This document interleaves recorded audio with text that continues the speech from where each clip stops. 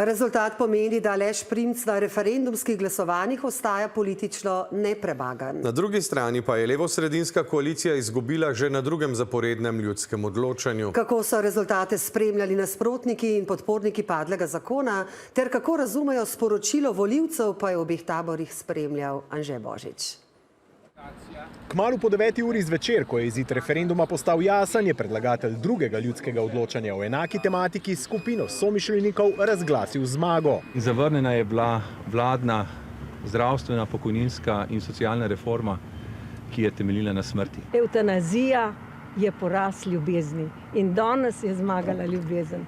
Brez organiziranega štaba so si zmagovalci v mrzlem povolilnem večeru pred poslopjem Državnega zbora izposodili pano sosednje razstave o osamosvojitvi države in vlekli zgodovinske vzporednice. Slovenija je prva, ki je rekla te norosti ne na referendumu. Ljudje smo odločili. In to je eno veliko sporočilo tudi vsemu svetu, da mi Slovenci znamo lajšati trpljenje drugače, kot da ponujemo smrtno dozo.